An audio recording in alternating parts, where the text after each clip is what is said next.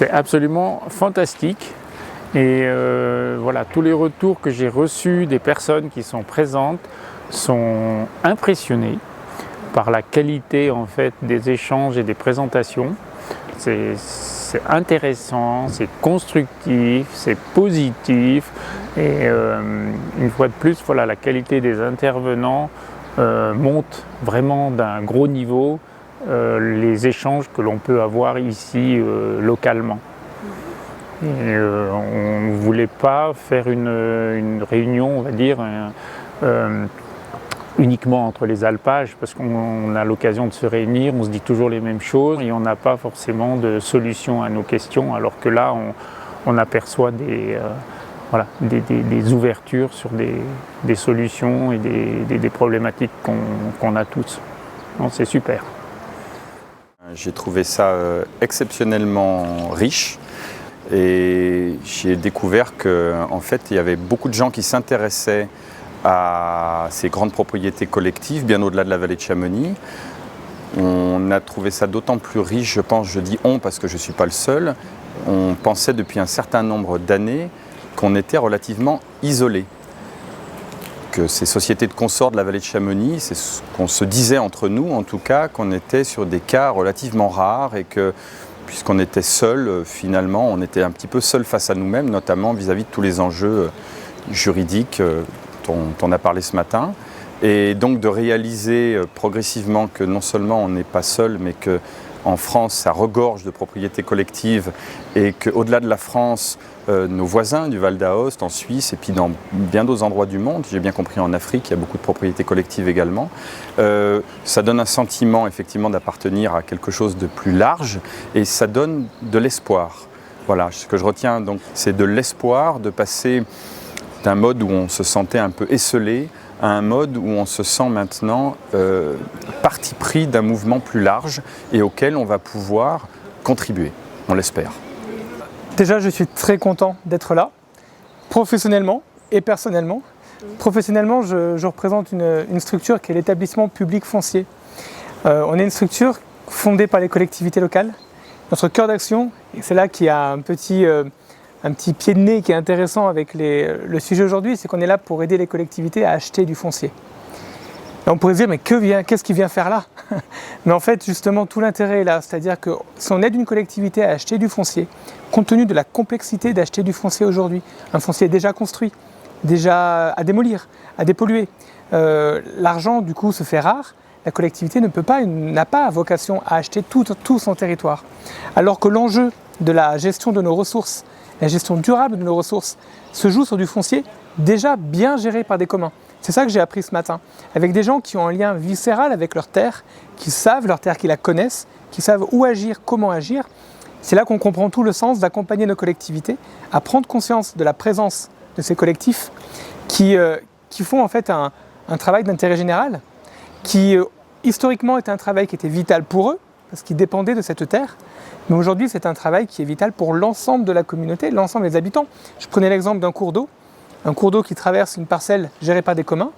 L'intérêt et la responsabilité de gérer ce cours d'eau, eh bien, l'impact va se voir sur une échelle qui est beaucoup plus large, notamment très en aval, sur la santé publique, la gestion de ce cours d'eau. Donc on voit bien qu'une collectivité a tout intérêt à se rapprocher, si ce n'est à encourager la durabilité de ces systèmes-là, qui sont des systèmes de gestion des ressources de tous en fin de compte. C'est ça que je trouve fort. J'ai trouvé, comme tout le monde j'imagine, que c'était une journée très riche en enseignement, très riche en points de vue, très riche en diversité. J'ai entendu parler de l'aspect humain de cette journée. J'approuve ce sentiment de quelque chose de très humain, pas trop technique justement, mais au contraire très humain. Et j'ai beaucoup apprécié la totalité des prises de position de tout le monde. Ces montagnes ont un vrai bel avenir. Maintenant, ce qu'on a évoqué ce matin, c'est-à-dire tous ces problèmes qui sont finalement que des problèmes d'administration, des problèmes de loi, de choses comme ça, tout ça c'est difficile à gérer. Et puis on a effectivement ce problème de génération jeune à impliquer dans la gestion, de façon à ce que l'énergie de tout le monde continue. L'avenir des consortages, c'est un très vaste sujet. Il y a différents points de vue, il y a différents sous-sujets, on peut dire. L'avenir, c'est bien entendu pour nous, avant tout, nos enfants et nos petits-enfants et nos arrière-petits-enfants. Donc moi, je regarde personnellement pas du tout ces sociétés de consorts comme quelque chose en 2024, mais je m'interroge et j'essaye de me projeter sur les consorts de la vallée de Chamonix en 2050, en 2100, en 2200 et plus. Il n'y a aucune raison qu'ils ne soient pas encore présents. Les questions, c'est sous quelle forme et qui seront encore les consorts, de quelle manière est-ce qu'ils vivront encore sur ce territoire. Ils vont devoir à la fois gérer l'évolution juridique qu'on pourrait être amené à repenser, ils vont devoir gérer les enjeux touristiques, ils vont être amenés à devoir réfléchir aux enjeux environnementaux. Mais avant tout, pour pouvoir gérer tout ça localement, ils vont également devoir se maintenir, s'ils le souhaitent, en tout cas sur un territoire. Mais je pense que les montagnes en tant que telles ont un très très bel avenir parce que ce sont des lieux, des espaces, moi j'aime bien utiliser le mot espace, ce sont des espaces de silence, des espaces libres, vierges, de liberté aussi. Et puis le réchauffement climatique fait aussi que la qualité d'herbage et la qualité que l'on trouve en montagne eh bien, est largement supérieure à ce que peuvent trouver les animaux dans les vallées ou dans les plaines qui vont être de plus en plus soumises à des chaleurs énormes. On a plein d'exemples. Alors l'avenir, évidemment, beaucoup de choses ont été dites aussi là, cet après-midi, notamment sur l'avenir. C'est pas facile d'imaginer un avenir dans un avenir globalement, planétairement aussi difficile et aussi compliqué. Tout ce que je peux dire, c'est que personnellement, j'aime beaucoup les alpages. Je m'y sens bien, c'est indéniable. J'ai réussi à devenir consort de l'alpage de Blétière parce que j'ai écrit le livre sur l'histoire de cet alpage, et je dois dire que j'y suis attachée peut-être plus que tout autre qui aurait acquis ce droit de façon héréditaire par héritage de ses parents. C'est vraiment de beaux endroits magnifiques où on se sent bien, et j'imagine que tout le monde, tous les visiteurs peuvent s'y sentir bien également.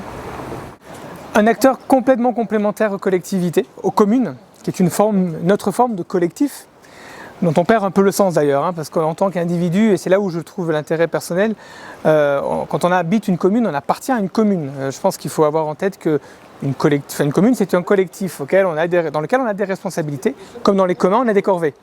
Donc je pense qu'il y a une vraie complémentarité entre les deux.